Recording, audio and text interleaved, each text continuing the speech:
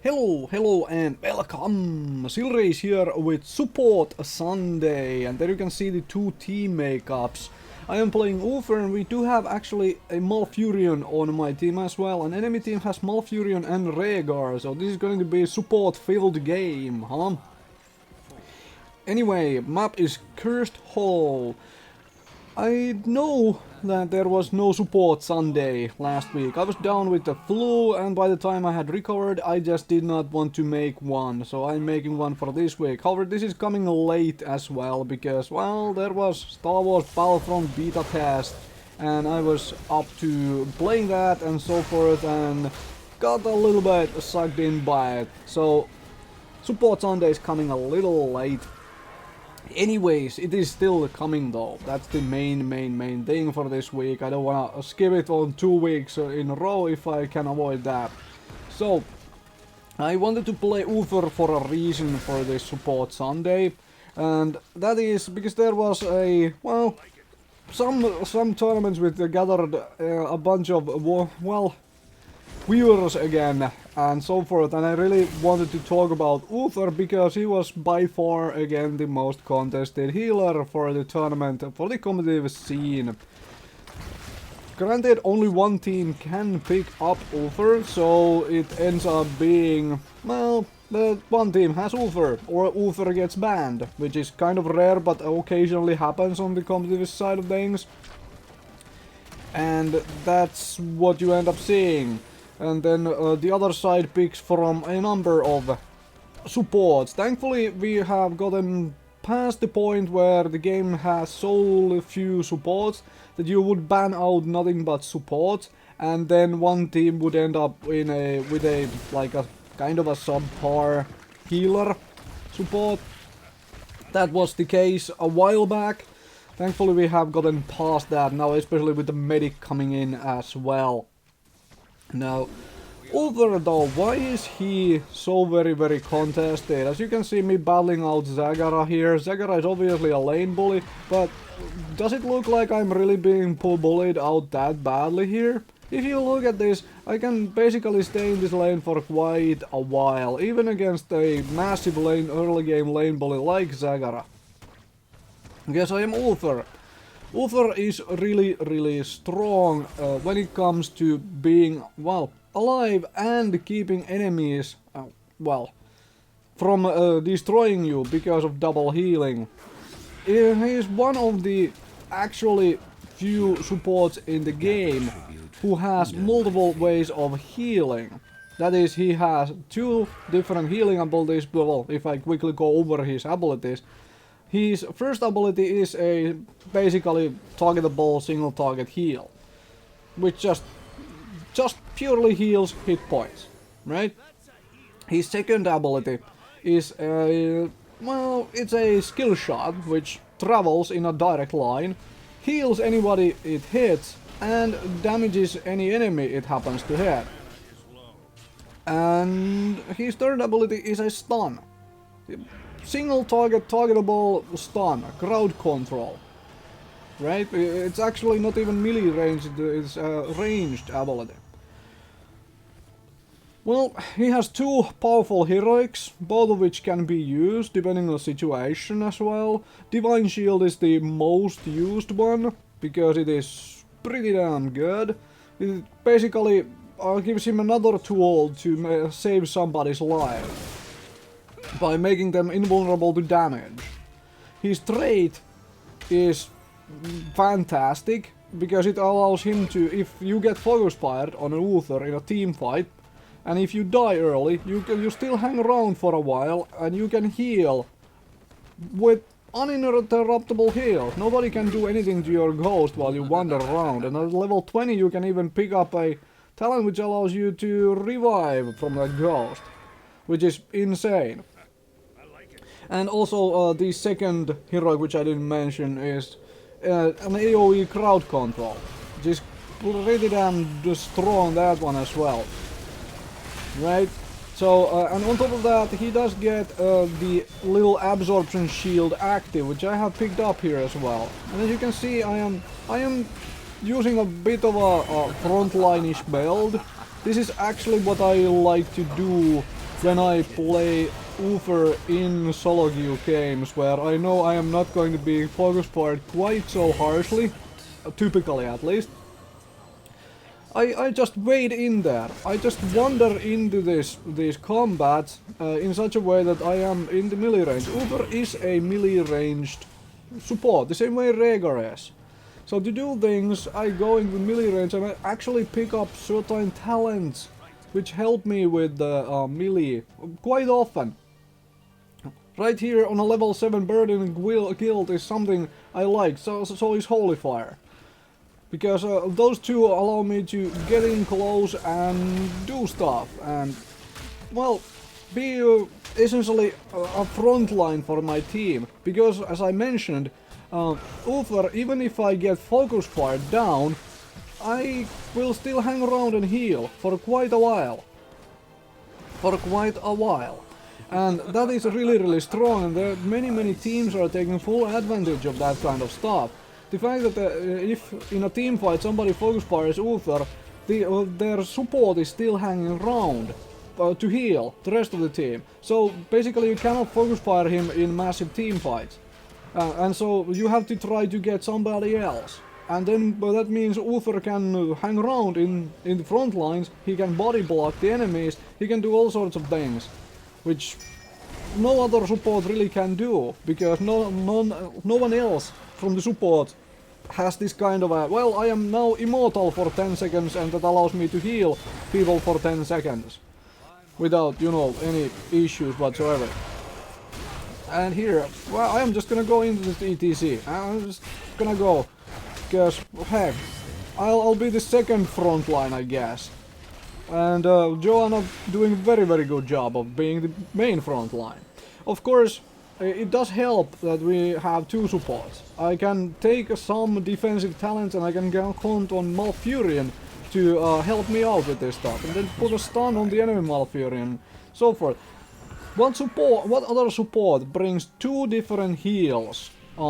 An invulnerability with a, well, heroic ability, so obviously it has a bit more of a cooldown, but it's still an invulnerability which allows melee assassins to, like, dive in there, do some silly things, maybe blow somebody up completely and still get out of it alive, because it's invulnerable to stuff, to crowd control the damage for the duration. And that's one of his massive strengths. And in addition to that, he does bring two burst heals, which can be can be used to counter burst damage rather well. One of them is obviously a skill shot, so you have to aim it, well, somewhat in the general direction of the enemy. So there is that. So you requires a little bit of thought on how to use it. But overall, it's not all that crazy, and we just take down the tank here. Alright, so yeah, and then obviously this absorption shield I picked up as well for a talent at level 4 is a strong addition to all the other things Uther brings onto the table. It just helps him negate that burst damage he is so really good at negating because of how he is. And look at how much I healed Mr. Falstead there with a single heal, right? That is the kind of burst damage healing Uther brings to the table, and that is what makes him so very contested. Aside of all the other things, it's like there is no other support who brings everything else onto the table. Granted, I will still say that somebody like Malfurion is much better at making plays for the team. If you think about it, Malfurion does bring an AoE root, which can by itself completely turn a team fight. But Uther still does bring hard crowd control. He has a single target stun. So being able to stop Sonia, the barbarian, from spinning because you have a stun, you can interrupt the whirlwind, you can interrupt Lily's jug of 1,000 cups, you can interrupt a whole bunch of abilities with a single target stun, which is really strong, and not many other supports out there have this ability to do that. Basically, Tyrande has a stun. everybody else has something going for them. Obviously, all the supports are different in certain ways, but there is a reason why Uther is so very contested, and part of that has to do with the, well, burst fire centric metagame we have. Because as long as you're trying to burst a certain target down, a Divine Shield simply stops that from happening. It just simply negates that whole damn thing. And obviously double burst heals along with an absorption shield and possibly a stun on some kind of a, well, damaging ability, such as, for example, Nazebo's Ravenous Spirit. If you can stun that and stop the damage from coming in, then you're obviously doing something which, well, again saves your team.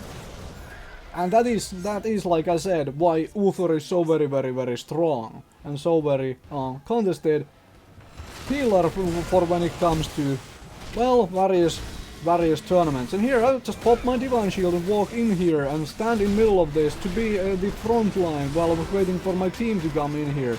And see, this is going fairly well, and how Falstad is getting damaged, and I got sucked in by this maw. That's fine, I'll come heal you, Falstad, and then put down another stun, and that would be a dead enemy tank. And all this time, the team has been doing stuff on the side. Well, great, put down another heal, fantastic job, and we get their boss too. Very good team fight there from us. I was doing, as you can see, I just walked in there and I pretended to be the team's warrior. Obviously this works so much better in solo queue, where there is not that good communication and focus fire. Uther is even more dominant for situations like this. Just have to understand his weaknesses. He has no escape whatsoever. Once you commit to that melee range, the only way you can get out of there is to walk out of there by using your stun, your heals, and your Divine Shield on yourself. So, Uther obviously has no escape. There is actually very few supports who have some kind of an escape. Harazim is one of the rare exceptions for having an escape, and obviously Rhaegar has his Ghost Wolf form, which helps him run away. But still, Uther has none, other than his abilities to stay alive, and obviously ability to walk from place to place. But the enemy team is kind of getting destroyed here. We're taking down a keep, we have well, slain one of their supports again, and there is Octo grab, but hey, I was out of range for that heal, and a little late with it. And here I go, I am just wandering around the front line, put down my shield on myself. The lady needs to come with me, so well, I'll just keep you alive too, right? I'll just stun that and put another heal on you, and wait, we just got out there as well, me and Sylvanas, right? Divine Shield and heals and well, a stun to stop some of the chasing, and I hate walls, I'll just destroy the wall on the way out. Alright. Anyway, and also I do kind of like this color combination, as you can see, with the Malthios mount and this new Uther skin. I kind of like it. It makes him seem not so much a paladin, of more of a some kind of a fallen paladin dude. Anyway, Joanna is going into the front line like she's supposed to. I am gonna hang back a little bit this time around. And oh, look, there is an ETC in the back. That's fine. Hey, well, would you like some heals, Falstad, and would we like to kill this ETC? Right, then there is a Murky who is bubbling his way out, or its way out, and that was 3 deaths, and with no, well, 3 deaths for the enemy team, with none over us, and that makes 4, and I am picking this little tribute here for our team. As you can see, we have kind of dominated the enemy team rather badly this game. It isn't completely because of Uther, obviously, because, well, nobody can do everything alone.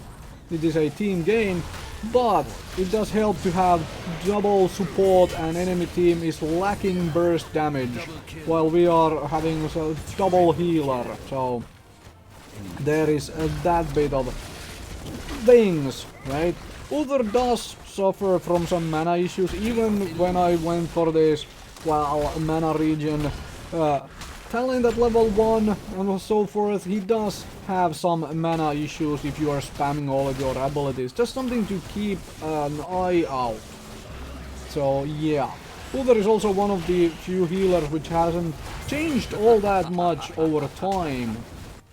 Many others have changed and Uther still keeps on going strong. But the game is pretty much over, so thank you very much for watching. Hopefully this was educational, hopefully this helped you, well, realize why Uther is so strong and why you should pick him up if you happen to like supports, and even if not, if you need a support to learn Uther.